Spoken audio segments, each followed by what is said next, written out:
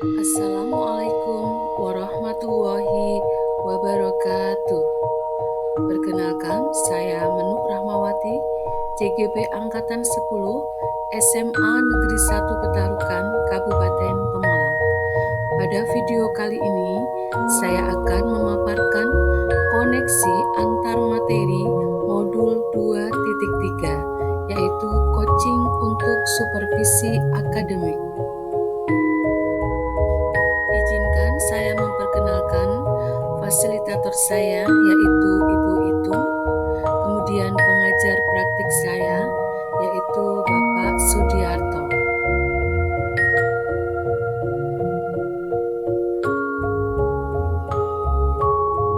Tujuan pembelajaran khusus pada modul kali ini yaitu CGP dapat menyimpulkan dan menjelaskan keterkaitan materi yang diperoleh dan menyusun refleksi berdasarkan pemahaman yang dibangun dalam modul 2.3 dalam berbagai media. Ada 3 hal yang dibahas dalam koneksi antar materi modul 2.3 kali ini. Yang pertama adalah pemikiran reflektif terkait pembelajaran. Kemudian yang kedua, analisis untuk implementasi dalam konteks CGP. Dan yang ketiga adalah keterhubungan materi atau keterkaitan materi. Pemikiran reflektif terkait pengalaman mengajar. Yang pertama adalah pengalaman atau materi yang baru diperoleh. Modul 2.3 mempelajari tentang coaching untuk supervisi akademik yang bertujuan untuk pengembangan kompetensi diri dalam setiap pendidik. Coaching mempunyai 3 prinsip, yaitu kemitraan, proses kreatif, dan memaksimalkan potensi. Kompetensi inti coaching yang harus dipenuhi antara lain adalah presence, mendengarkan aktif, dan dapat mengajukan pertanyaan berbobot. Percakapan berbasis coaching itu menggunakan alur tirta, yaitu identifikasi tujuan umum, rencana aksi, dan tanggung jawab atau komitmen. Kemudian, ada 3 bagian dalam kegiatan supervisi akademik, yaitu pra-observasi, observasi, dan pasca-observasi. Emosi-emosi yang dirasakan terkait pengalaman belajar. Yang pertama adalah cemas, khawatir tidak dapat memahami modul 2.3 yang membahas mengenai kegiatan coaching untuk supervisi akademik. Kemudian yang kedua adalah semangat, karena mendapat banyak inspirasi mengenai kegiatan coaching. Dan yang ketiga adalah antusias, yaitu muncul ketertarikan untuk mempelajari lebih lanjut mengenai kegiatan coaching untuk supervisi akademik. Kemudian, apa yang sudah baik mengenai keterlibatan dalam proses belajar? Hal yang sudah baik adalah mampu berkolaborasi dengan teman sesama CGP dalam mempraktikkan proses coaching dengan alur tirta, baik melalui ruang kolaborasi maupun dalam demonstrasi kontekstual, baik sebagai coach, coachee, maupun sebagai observer. Kemudian, apa yang perlu diperbaiki mengenai keterlibatan dalam proses belajar?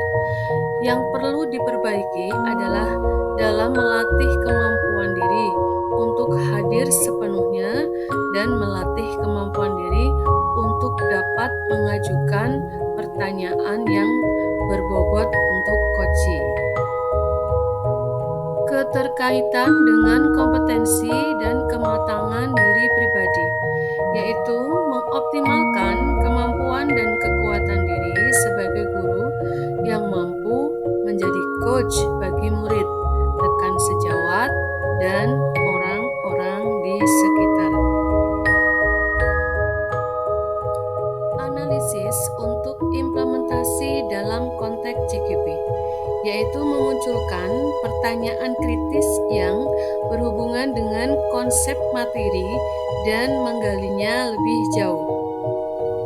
Pertanyaan pertama, bagaimana penerapan coaching dalam supervisi akademik di sekolah? Selama ini, supervisi kegiatan akademik merupakan hanya sebatas kegiatan penilaian kinerja guru dalam hal pembelajaran di kelas, bukan kegiatan pengembangan diri. Dalam coaching, tingkatan antara supervisor dan guru adalah mitra, maka harapannya proses pengembangan diri akan lebih berhasil dicapai. Coaching untuk supervisi akademik dapat membantu terwujudnya pemimpin pembelajaran yang berpihak pada murid, menunjang peran guru dalam mewujudkan pembelajaran yang berpihak pada murid sehingga dapat memaksimalkan potensi yang dimilikinya. Prinsip dan kompetensi serta alur percakapan dalam coaching dapat menghasilkan komunikasi kemitraan yang baik antara coach dengan coachee, sehingga dapat membantu mengatasi permasalahan, utamanya permasalahan dalam kegiatan pembelajaran. Pertanyaan berikutnya adalah, bagaimana menganalisis tantangan yang sesuai dengan konteks asal CGB, baik sekolah dan daerah? Selama ini, fokus supervisi lebih ke pengawasan dan penilaian oleh atasan kepada bawahan, sehingga guru kurang dalam mengembangkan potensi dirinya. Tantangannya adalah bagaimana mengubah pemikiran bahwa kegiatan supervisi adalah dalam rangka mengembangkan potensi guru, bukan hanya pengawasan dan penilaian semata. Selanjutnya, bagaimana memunculkan alternatif solusi terhadap tantangan yang diidentifikasi? Melakukan sosialisasi konsep coaching dalam supervisi akademik dengan seluruh komunitas sekolah. Ini adalah salah satu alternatif. Kemudian, melakukan sosialisasi konsep coaching dalam supervisi akademik melalui pembuatan beberapa konten dengan media tertentu, seperti artikel, video, modul, dan lain sebagainya. Keterkaitan materi. Pengalaman masa lalu.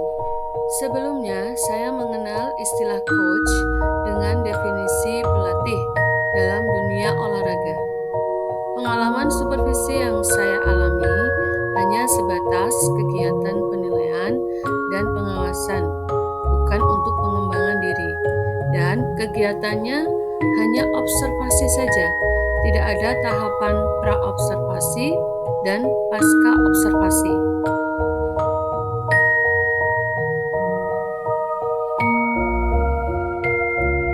Untuk penerapan di masa mendatang, saya akan mencoba menerapkan prinsip coaching untuk murid saya maupun teman sejawat. Dalam kegiatan supervisi akademik, saya akan mencoba menerapkan prinsip coaching kemitraan, proses kreatif, dan memaksimalkan potensi untuk dengan tujuan pengembangan diri, bukan hanya sekedar penilaian dan pengawasan saja. Konsep praktik baik yang dilakukan dari modul lain yang telah dipelajari.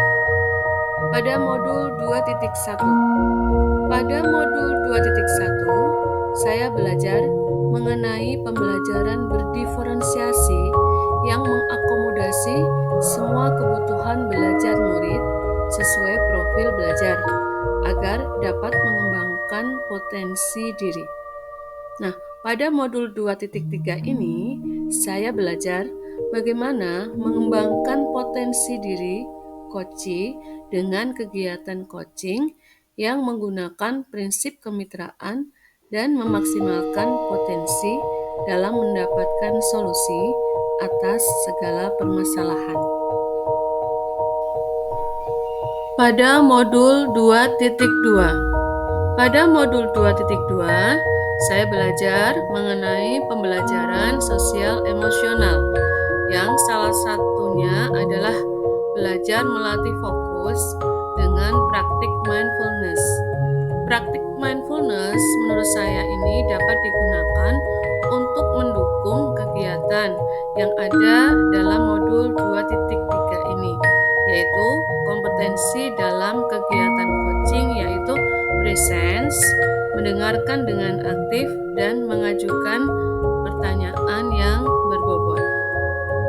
Yang terakhir, informasi yang didapat dari orang atau sumber lain di luar bahan ajar PGP mengenai coaching. Saya mengambil dari International Coaching Federation, yaitu bahwa coaching sebagai bentuk kemitraan dengan klien dalam proses pemikiran yang memprovokasi dan kreatif dalam menginspirasi mereka untuk memaksimalkan potensi pribadi dan profesional mereka. Demikian paparan pada video kali ini. Terima kasih. Guru bergerak, Indonesia maju.